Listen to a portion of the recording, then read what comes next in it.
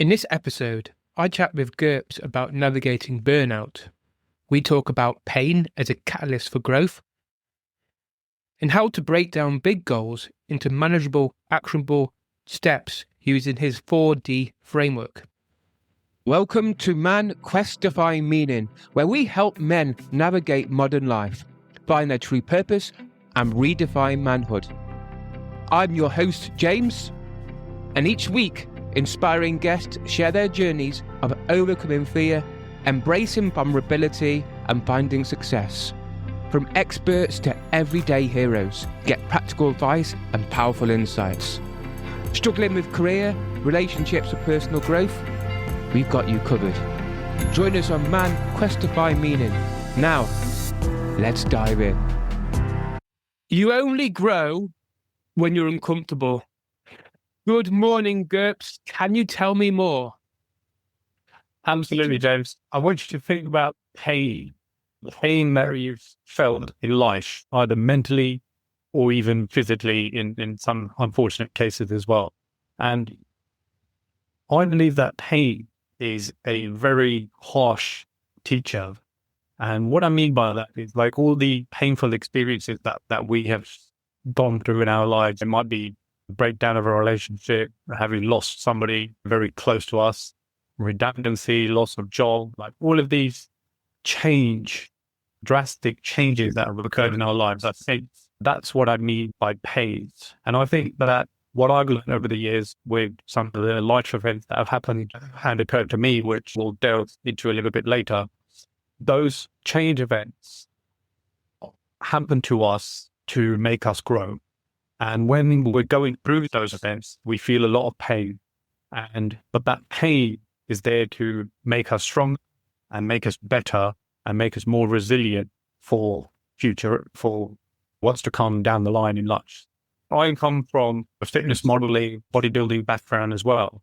And, that is very closely related to a lot of pain in the gym, right? So the whole point of going to the gym is to do your reps, do your exercises, to break and tear your muscle fibers so that when you rest and recover, leave the gym, they come back bigger, thicker, stronger, ready for the next time you go to the gym. It's there to help you grow physically. So we'll talk more and more about that, James, but I think that's how I want to just hit home that statement that you only grow when you're uncomfortable. So when we're going through that change event, or whether it's a drastic life event or even something in the gym, you're very uncomfortable as you go through it, but it is the foundations on which we will continue to grow.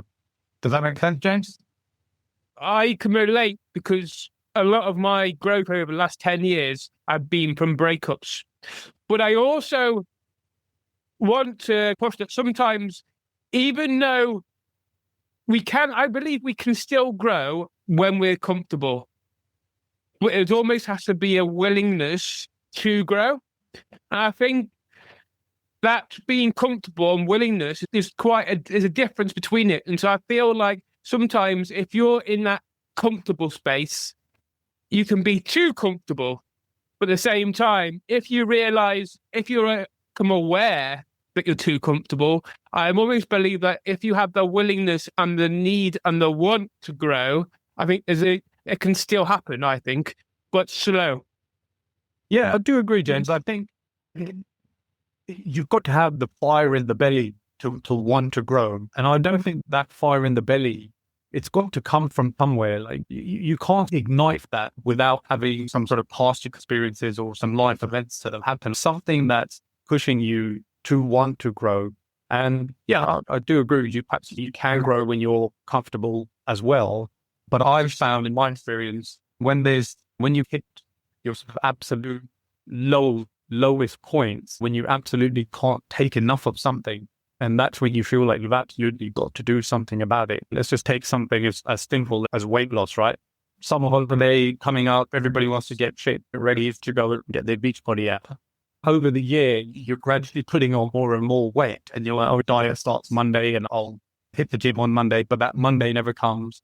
But then you get to a certain point where the weight has just decreased so much and you're like, that is it now. That's when you hit your absolute low, as it were. And I think that's what it'll then call you, that fire then gets ignited to be like, this truly is enough. So I think what we have lots of tolerances, which I think have to really be hit quite intensely in order for us to fuel and motivate us to grow. Yeah, so I don't disagree with you, but I think when you're uncomfortable, I think that pushes you more, or perhaps the journey from comfort to uncomfort, right? Like you could be comfortable, again, let's use the weight gain analogy, you could be comfortable gradually putting on the weight, but then once you've put on far too much weight, that's when you're now uncomfortable. I've really got to do something about this. And I use a story from my days when I used to compete on stage. I spent a couple of years training, didn't tell anybody that I was going to compete and start stepping on stage. And it was very much a personal journey. I only spoke about it after I'd done the training and after I'd been on stage. And that's when I would be encouraged to get on social media and promote my pictures a lot more. But it was just never about that for me. It was just always more of an internal journey of growth. But once I'd done it, people realized, my entire network realized that I'd been on stage, got absolutely ripped and as lean as I could get. Every single person in my network wanted to know how I did it and what was the training plan, what was the nutrition plan. What I found was that a lot of people sometimes just wanted that knowledge. Like they didn't necessarily want to execute or take action on the back of it, but they just wanted to know what it took. And I think it was only a handful of people, maybe one or two people out of a couple of hundred that came up to me asking me for those diet and nutrition plans. That maybe only one or two actually took action on the back of the advice that I gave. And then I think those one or two people were the ones that were perhaps in that very uncomfortable position where they just needed to do something and take action. There's a couple of things. I think the question is, what is too much discomfort? Because from my own experience, you can go about and literally throw yourself off the cliff and really go right into the very deep end. But that for a lot of people, I think fear would kick in before they even got anywhere near. And not having too much, and the other side of things where discomfort is not quite enough. Yeah, it's very subjective, right? Like that tolerance limit that we have, that's very unique and subjective to each and every one of us, right? But it's down to us to know what our boundaries are. I can talk specifically, let's say, around fitness and health, as well as around wealth creation as well, jobs and the property industry as well. And I think you've got to have your tolerance limits in place. So if you have health goals and you want to get to a certain physique, you may have an upper limit where you don't want to be at a certain weight. And that's where you define yourself to be too heavy or unfit and not been able to sustain enough cardio to be able to do just general walks in the parks and things. And then perhaps on the wealth side of things, when it comes to money matters, everybody wants to have more money, right? But perhaps there's a tolerance where you've been in the same job for such a long time, but because it's comfortable, you keep on doing that job for the salary that you're on. And perhaps after a couple of years, that salary is no longer sufficient. And so you stick with it for 4, 5, 10 years maybe. But it's only when that uncomfort starts hitting and the salary isn't enough that you realize, hey, I've got to do something and perhaps start bringing in other avenues of income. So I think the tolerances of when you're in your tolerance of comfort and uncomfort is dictated by yourself. Nice. Okay. Can you tell us your story, please? Yes. Okay. But sure. Absolutely, James. Let's take it all the way back then. I was born in the mid-80s in very rural northern India in the state of Punjab. And I was born slap bang in the middle of a civil war that had broken out. And this was Operation Blue Star in 1984, where the Indian Army had attacked the home city of Amritsar for political reasons, right? But we won't get too much into that. So I was born pretty much in the thick of that. I was born about sort of 40, 50 miles west of the city of Amritsar. And what that whole event and that civil war gave rise to were a lot of like political terrorists, I would call them.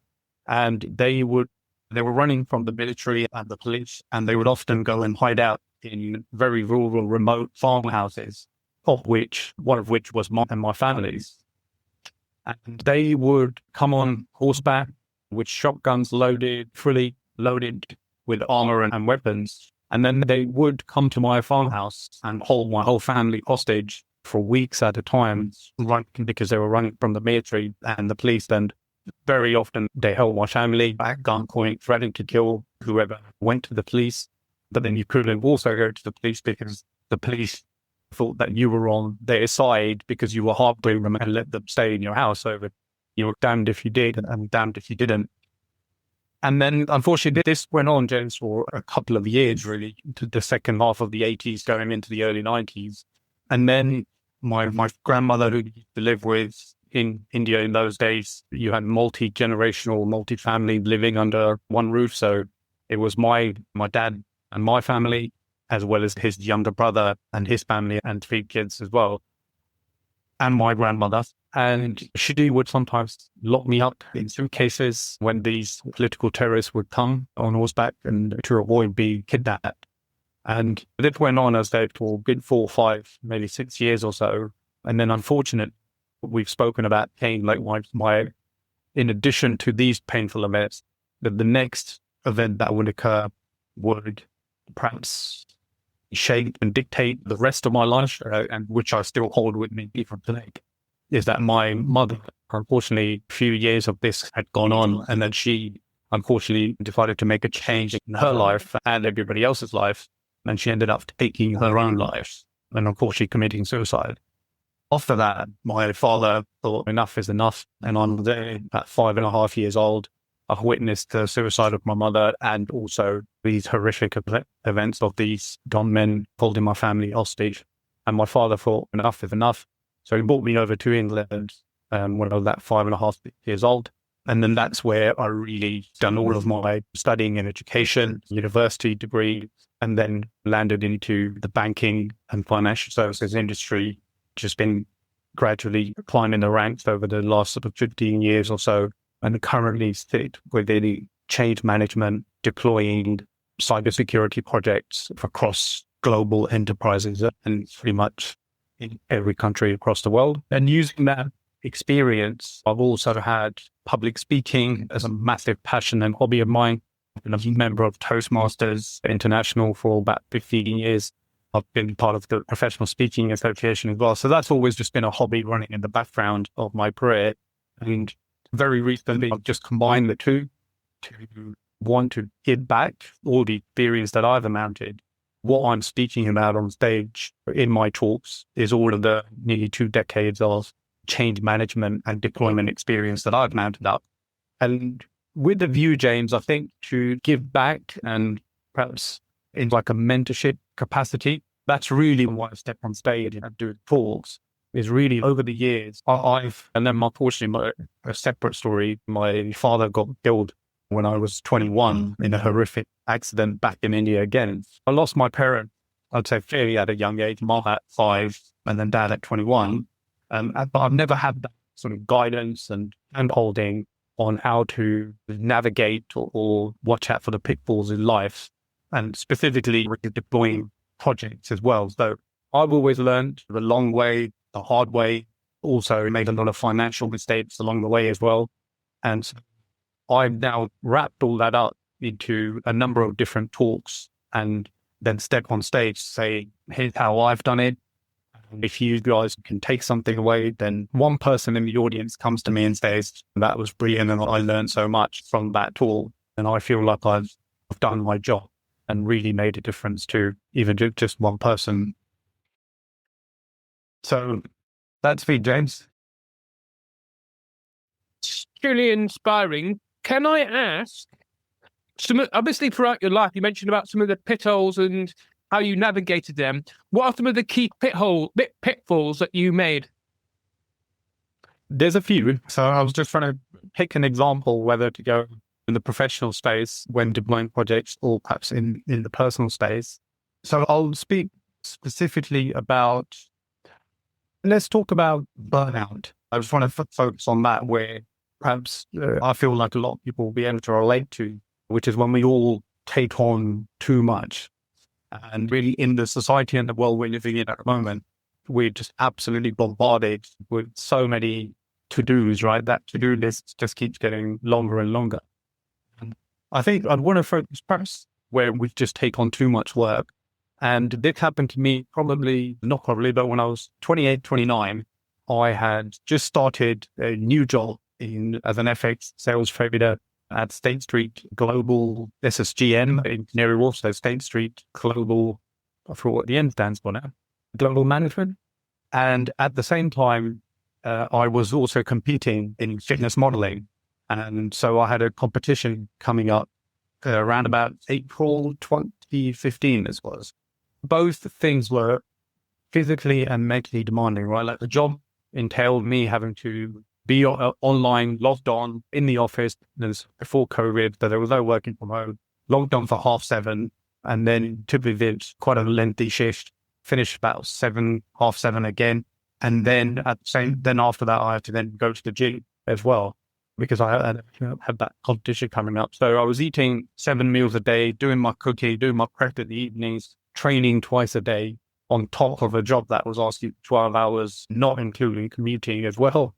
It just executing that for quite a lengthy period of time. I just kept cutting back on the sleep because there were just not enough hours to execute all the to-dos. And I just kept cutting back on the sleep. And I specifically remember that one week in the fitness modeling world, we call it peak week, where you drop your carbohydrate almost down to zero and your water intake goes up every day from 4 liters on the Monday. And then on Tuesday, it's 5 liters, Wednesday, 6 liters, Thursday, 7 liters. By Friday, you're on 8, 9 liters of water a day. And then on the Saturday, the competition will be on a Sunday, but then on the Saturday, you would completely cut all water to start the dehydration process. So the toll that I was pushing my body through, it just got so much. I don't know how I ended up making it through that competition. That's when I really felt a huge episode of burnout and the anxieties as well that are associated with it. And I just absolutely mentally, physically crashed and burned the minute that competition was over on the Sunday. And that was probably my first true, real experience of anxiety and burnout. And then there were episodes of depression as well that followed, because I just wasn't able to understand what was happening to my body, mentally and physically, because nobody had explained what this burnout thing was. And nobody told me to calm down or to stop and slow down. The body is a machine, right? And any machine, if you overwork it, it's going to crash and burn. Mm-hmm. And that absolutely happens. I think we could talk more on that, James, and some of the tools and techniques that I've then built and crafted to then identify when that's happening again. Going back to not having that mentorship, not having somebody holding your hand and telling you what to do. But then there are pros and cons to that as well, because no one can live your life for you, right? You've still got to go through and the motions and the hoops of whatever it is that you're working on. But I find that with that guidance, some of the pitfalls, such as burnout and depression and anxiety, that they can potentially be avoided if you have somebody showing you the way and letting you know when the red flags or what the red flags are when these things might be happening. So that's one of the examples. Is experiencing burnout by just pushing the body to the absolute limit, perhaps dangerously, I would perhaps call out. Yeah, I'm noticing at this moment in time, obviously, in the UK here, we're kicking into autumn. I think soon won't be long till it's winter. And I'm noticing how going from the summer to autumn, my body's getting tireder. Almost like when the light changes, the body almost knows what it needs to do. We've just got to be conscious and aware enough to execute that, or to be aware of that and then execute it. But there's a sense that at this moment in time, I'm getting 10, 11, 12 hours sleep. My body needs it.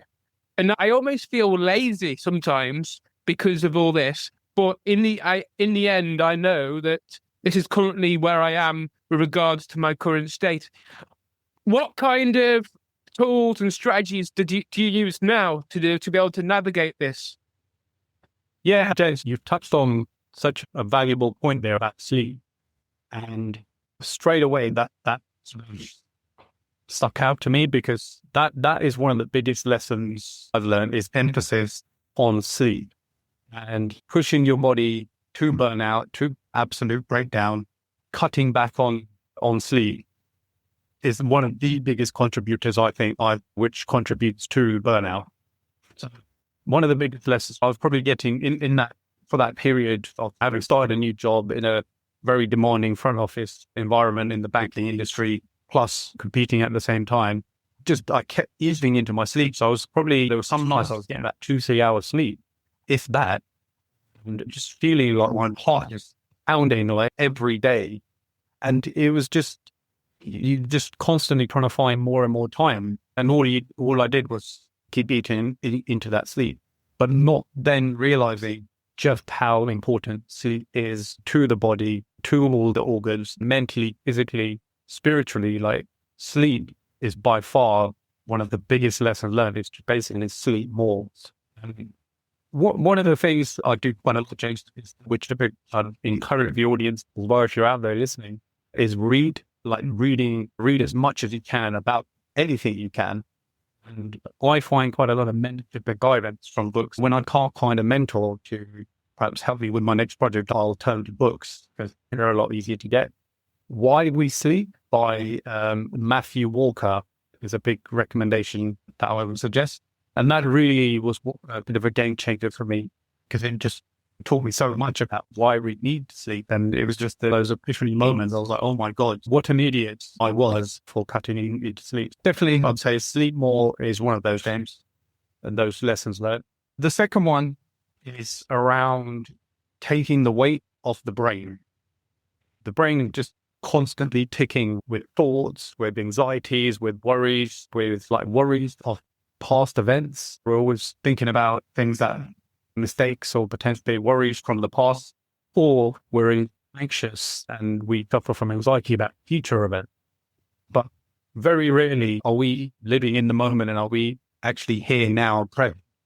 One of the things that helps me with that is to write down and take the weight off my brain of all the things that I have to do, or perhaps I forgot to do yesterday and I need to do tomorrow. Working in project management and change management, one of my sort of bread and butters to be able to make a project plan. And I got to a point where I was like, I was doing this at work, making lots and lots of project plans. It occurred to me, like, where's my plan? I haven't got my own plan. And when I started crafting my own plans, that's something that I found really helped, was just taking all those thoughts and those activities that I wanted to do, or that were causing me worry and anxiety, was just taking them down, writing them out, not typing them, not on computer, manually, by hand, good old fashioned pen and paper, if anybody remembers those. And that for me was a massive psychological benefit. Just the art of writing it down on paper just took so much load off my mind. And then the crucial bit is, don't just take the to-do list from your mind and write it on paper, but it also flip horizontally, because you might end up with a list of 10, 20, 30 things to do, but you've only got 86,400 seconds in a day. You won't be able to get all of those done. Plus, you've got to sleep for 7, 8 hours a day as well. And what I mean by turning them horizontally is to prioritize your to-do list and break them up into days or even weeks, right? Like, you don't need to do everything today. You might do some things tomorrow or the day after or the following week.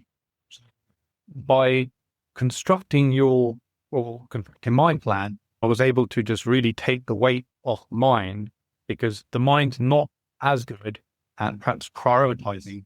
It is great at building the to-do list, but not telling itself, hey, actually that can wait till next month or next week.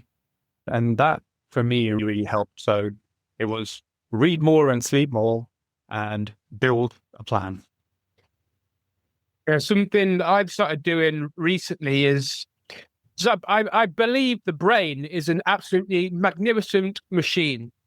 I also feel it's limited to what we read, to what we learn, to what we teach ourselves. And so what I tend to do is I drop myself into my body. I feel like into my intuition is the key to figuring out what inspired action do I need to take next. Because we can have this to-do list, head think you need to do this, but sometimes we can be busy being busy. And so, but I feel for me, it's dropping myself into my body, taking a few deep breaths, and then asking myself, what is it that I need to do? And sometimes it might just say I need rest, and that's okay. And that is okay. And other times it might say, yeah, okay, now you can record your own podcast, or I can go for a walk. But what I find is if I keep following that, it leads to, I feel more energized. I think I move through things faster. Yeah, absolutely. A famous quote that comes to my mind is, map, however carefully executed to detail, carries the owner over even 1 inch of ground. Action alone is the tinder that ignites the flame. And you can have all the plans you want, but if you don't take action and you don't execute those tasks which you now mapped out into your plan, like, you won't grow. You won't be better than yesterday. You won't have that activity which you needed to complete. You mentioned that podcast. If you don't take action on the back of your thoughts, then you won't go through your growth journey. Through the execution of that activity, habits get formed. And as those habits are then formed, you become more and more efficient, and you become more and more a professional, whatever it is, of the activity that you're executing. I completely hear what you're saying, James, about just being able to take those thoughts and then crucially taking action on the back of those to then generate those habits. So then you become more and more efficient on a daily basis and becoming more and more efficient at your chosen activity. You talked to, during your story, you talked about how you went through such a traumatic 5-6 years. How did that kind of create who you are today? And you talk also about resilience. How did you use your resilience to step through them kind of experiences? You've answered the question almost for me, James, and it was crucial what you just said there, the 2 words, and they were step through. Being able to keep going through what is happening. And granted, I was very young at the time, and unfortunately, like, she committed suicide, like, very literally right in front of me, but I was too young to know what she was doing until it was too late. And at that age, what I learned was to just keep putting one foot in front of the other and just keep going, keep moving. And another quote that comes to mind is, the only way to stay balanced on a bicycle is to keep pedaling. So I think those very early years just taught me to continue taking action and just keep putting one foot in front of the other and just keep going forward. And that is something that still sits with me today. When you're managing global projects and these eye-watering amounts of budget programs within cybersecurity, AI, tech, you can have the biggest plans in the world. But if you're not putting one foot in front of the other and you're not executing those plans, there will be no progress. And those sort of early lessons and development of those early mindset habits and thoughts are what's it with me today. It's the reason why you and I are having this podcast now, was just because it's me pushing myself out of my comfort zone as well, and just saying yes and taking action to do this podcast, to deliver the project, and just keep moving forward and keep taking action in every category that you may be trying to progress or become better in at. And using, again, that mindset. One mindset, James, is all about taking action. The second mindset for me is, again, early tools, which I use today, is that of gratitude. I like to think of practice gratitude with every breath. I'm so blessed to be awake today, to have this opportunity to speak to you, to speak to, your audiences as well. And I really hope, that they can take some value from this podcast. and just being so grateful for the opportunities, being grateful for being in this country, it goes all the way back to me now. I will never know why my mother did what she did, but I am grateful for her doing it, because had she not done it, perhaps I would never have come to England, and I would never have climbed the ranks in the corporate industry. I would never have been exposed to public speaking, and I would not perhaps be having this conversation with you now. So I'm just grateful for those events. And whilst I may never understand why she's done it, I can choose to be grateful that it did happen. Alternatively, sometimes things go when these kind of changes occur and people, perhaps they can go the route of not being grateful, and drugs, alcohol, and that route could potentially be an option as well. However, if anybody does or is going down that route, I would encourage to perhaps take a step back from that and avoid that route if you can, because we're so fortunate in the Western world to have that dignity of choice, and you can choose whether you want to be grateful for something, or you could choose whether you just want to give pain to others and to yourself as well in the world. So I think having that dignity of choice is part of the gratitude that I'm here, I'm in this country, and that I'm grateful to have these opportunities, but only if I am prepared to do the work that is required of me to obtain these opportunities as well. So action, James, followed by gratitude. So you made a key point there, choice. We can choose to take the action, or we can choose just to do nothing. But those are people who perhaps have big goals, but they're so complexed by the goal, because I've been there myself, where the goal's that big and you think to yourself, how the hell do I get through this? How can people start to take one step in front of the other in order to at least start to make progress? Absolutely, James. That's like my bread and butter in the organizations, in the banking industry, in the cybersecurity world, where I've taken, again, like eye-watering budgets and big goals about uplifting cybersecurity controls of a bank and breaking that down into very small chunks. The message here, James, is going to be little by little, a little becomes a lot. And what I mean by that is it's essentially what we discussed earlier about taking the goal out of the brain and putting it down onto a piece of paper. So let's jump into a bit more detail about that. So I've, over the last 20 years now within change management, I've started seeing lots of delivery patterns. So I've delivered projects in cybersecurity, tech, banking, also construction and residential properties, as well as the fitness modeling and bodybuilding world. And what that's allowed me to do, James, is sort of just see the patterns in order to develop a framework, a delivery framework or a delivery discipline that I'm actually labeling as Gurps' 4D delivery discipline. And the 4D stand for decide, define, and done. So there's a decide, define, done. And I'll talk more now in what each phase means when you are trying to deploy these big goals. So the first thing, or the first phase, is decide. This is where you make a decision on what it is that you're trying to achieve. So what is the vision? What is the mission? What is the goal? And this is where the SMART acronym comes into play, or you start having SMART goals. And what I mean by that, SMART stands for specific, measurable, achievable, realistic, and timed. So that's specific, measurable, achievable, realistic, and timed.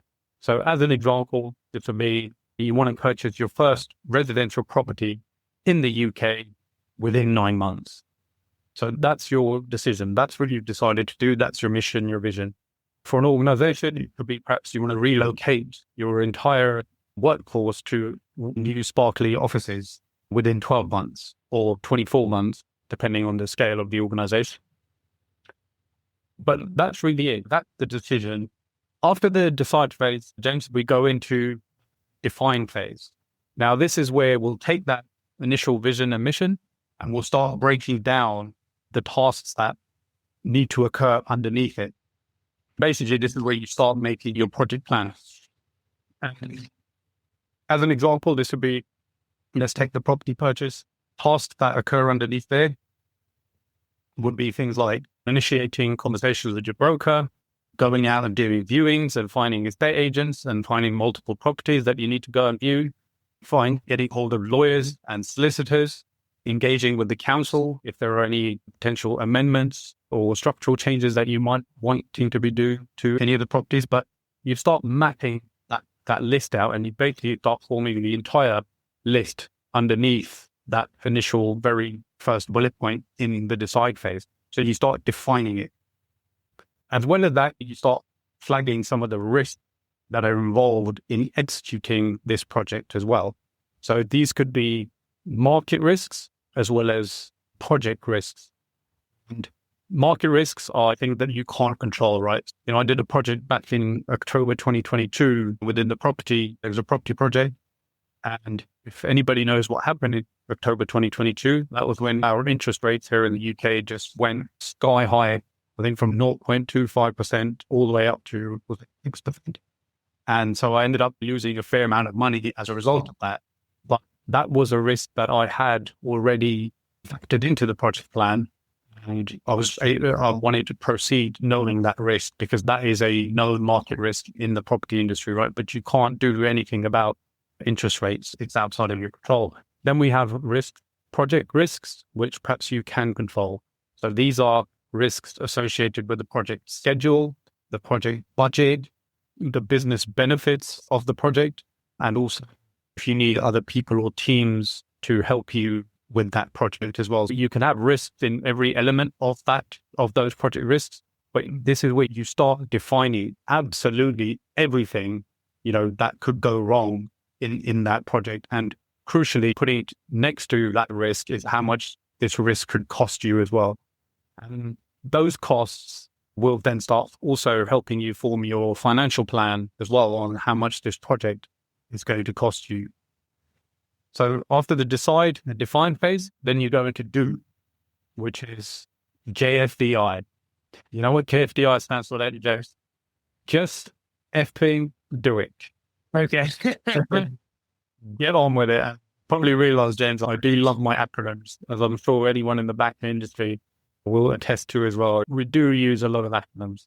So yeah, JFDI, which is enough deciding, enough defining. Now it's a case of executing, as we were talking earlier, execute that plan, look at all that list and start mapping out, put the priorities next to them and start executing the list in order of your priority. So perhaps this week you'll go and find some houses and properties to look at. Next week, you will start engaging with brokers. The following week, you might start speaking to solicitors. You don't need to do all of that today, but you're getting on with it. You're finding the properties and you are executing that list that you formulated. And now this do phase, it's usually the most expensive and time demanding on your time capacity, and the most expensive. So it's usually where the initial payments are due as well. So if you're purchasing properties, you might have to pay the initial deposits. If you're in a big organization and you are onboarding teams and people, then those consultancies and those people will need salary and be paid. It's usually the most expensive part of the project. And it can go on for weeks, months, even years, depending on the complexity of the initial goal and also the scale of the organization. And we touched on this, property purchasing in the UK can sometimes take 9-12 months, but you would be in the do phase for that entire duration until all of those tasks that you've defined are executed and completed. And then that will then take you into the done phase.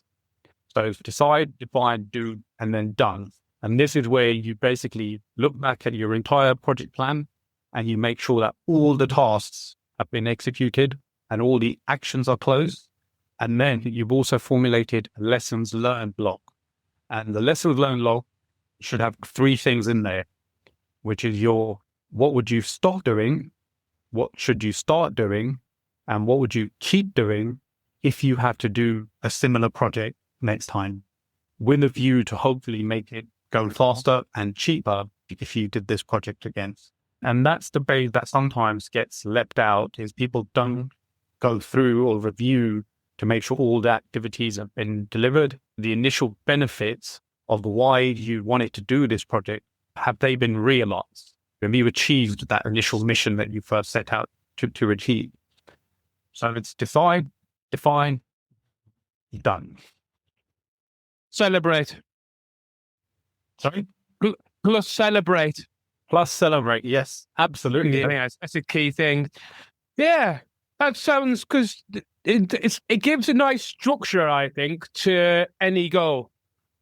Because as I was saying before, you can have a big goal, but it can be so overwhelming. And something I feel sometimes if you have a ginormous goal, you don't always know every step.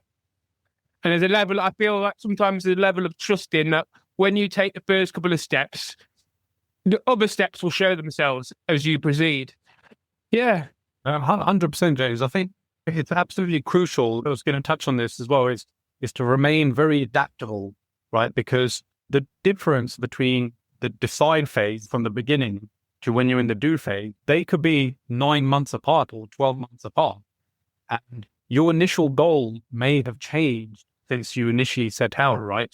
Perhaps you wanted to buy £100,000 property, but as you've gone through the hoops, you've had to perhaps bring the budget down for whatever reason, and you might end up with £80,000 or £70,000 property. But you have to have that flexibility, because life happens. And just because you've written this down and you've made this brief plan, doesn't necessarily mean that it's going to happen, right? So you have to go through this journey of change, with a very flexible mindset, but have these principles in your back pocket. So if the plan does change, go back to the definition phase and update that plan. The living, breathing organism, it's a document that you can't just write it once, or we call it baseline in the corporate world. You can't just baseline this initial plan and say that this is exactly how it's going to happen, because you don't know what you don't know. You've never executed this project before, but you're setting the compass. And if you aim at nothing, you will always hit. So make sure you remain flexible, you remain agile. In the corporate world, there is a project delivery methodology called Agile. And it's all about constantly reviewing your plan and constantly checking in with all of the people who are sponsoring your project to make sure that the project is still on track and still in line with those initial vision and mission statements that were set out. It absolutely, James, I've developed this to provide that structure to what I've seen is change management and deploying change and deploying projects, in my opinion, can be very messy and unstructured. So I've gone and thought, okay, Kurt, what are you going to do about that? So that's where I've come up with this framework to help bring some structure to big goals for organizations or even smaller goals for individuals. What I want to talk about now is, you obviously talk a lot about pain and discomfort. How do you personally navigate pain and discomfort when things, say, for example, in the gym, when you're training and things don't quite go to plan, or you're working on a project in a bank and it just completely goes up from underneath you? How do you navigate them times of pain and discomfort? James, I always come back to the principles I've just shared with you. I always come back to the 4D delivery discipline. So, if something goes off track, if the project runs out of money, it's all about coming back to the principles. And so perhaps let's take the gym as an example. You're executing, you've got your vision and your target, you've defined your plan, you've got your nutrition plan, you've got your diet plan, and now you're executing that. And that might be a 12-week plan. And every week, you're tracking your weight against that plan. And perhaps for a couple of weeks, you've just had enough. You start gobbling down whatever foods and drinks you want, and which typically happens after about 4 weeks. I think everyone's enthusiastic and motivated for the first 4 weeks, see a brilliant result, and then just boom, start celebrating and complacency kicks in. And I've done that myself multiple times. But that's where I'll then just go back to my documentation and start and then look at that initial decide phase that I was in. Why did I set out on this journey in the first place? What was the goal of the project? And again, that having that documented and having it out of my brain and onto a piece of paper has helped me not just with these personal goals, but even in the big corporate world as well. It's when, change in the corporate industry, you have many different stakeholders and people that are involved in this project. And you always, if things get derailed, going back to your foundational principles is absolutely crucial for then realigning that compass on why did you set out to do this change in the first place. As I mentioned, the decide phase and do phase, there can be a big period in between, but going back to that phase and just looking at that goal, perhaps you amend the goal slightly, or it needs to change because of financial constraints or because the market's turned. But then you update and you refine that initial decision and that vision. And then you define your new plan on the back of that new decision. And then you start executing new activities on the back of that. Whenever you get derailed or fall off the tracks, I go back to my project plan every single time. That's a good framework. Thank you very much, Gurps. For the people that want to get into contact with you, how can they? What's your contact details, or how can they get in contact? Absolutely, James. I would love for them to get in touch with me. I love to network. So please do reach out to me. LinkedIn is the tool. So please connect with me on LinkedIn. It's Gurps Khaira. So I would love for all you to connect. And thank you, James. I really appreciate it. It's so much to me that you reached out to have this podcast. And thank you to the listeners as well. I really appreciate you all taking your time out of your busy schedules and listening to this podcast. And please do connect with me. I'm based in London. Get in touch. Let's do a coffee and talk more. Thank you very much. Thanks for tuning in to Man, A Quest to Find Meaning. If today's conversation sparked something in you, take a moment to reflect, then take a step. Remember, real growth comes from action, not just insight. If you found value in this episode, share it with a friend, leave a review, or reach out and let me know what resonated. Your feedback helps shape the journey we're on together. For more conversations like this, make sure to subscribe and stay connected. You can also follow me on Facebook, Instagram, TikTok, and LinkedIn for updates, tools, and upcoming guests. Remember, it's not about having the answers, it's about daring to look.